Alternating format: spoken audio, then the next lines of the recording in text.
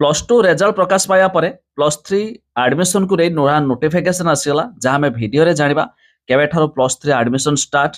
केवे यार last date first merit list second merit list पूरा डिटेल रे आपको जनइबी शेष पर्यटन देखूँ जो मैंने मोर प्लस टू रेजल्ट प्रकाश पाई सारी तो से निहाती प्लस थ्री एडमिशन करने चाहूथे आउ भी जानी सारी प्लस टू रेजल्ट पाइबा पूर्वर प्लस थ्री एडमिशन डेट आसी सारी तेज आसतु यार लास्ट डेट के आपको जन दूसरी पूर्व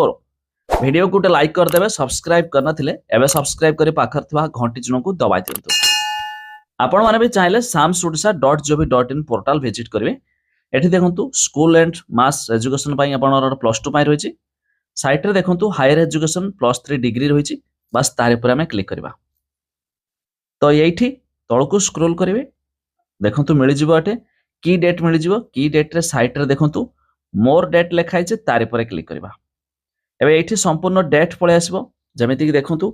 मे 21 2025 तारिख ठारू जो रही हमर मसियारा तो एठी देखिबार थवे कॉमन एप्लिकेशन फॉर्म जोटा कि सीएफ जाके आपण एप्लिकेशन नुआ एप्लिकेशन फिलअप करिया पई एही डेट मध्ये रही तापर देखंतु 1 जून 2025 जार लास्ट डेट रही एप्लिकेशन फॉर्म फिलअप करिवार लास्ट डेट रही 1 जून मास 1 तारिख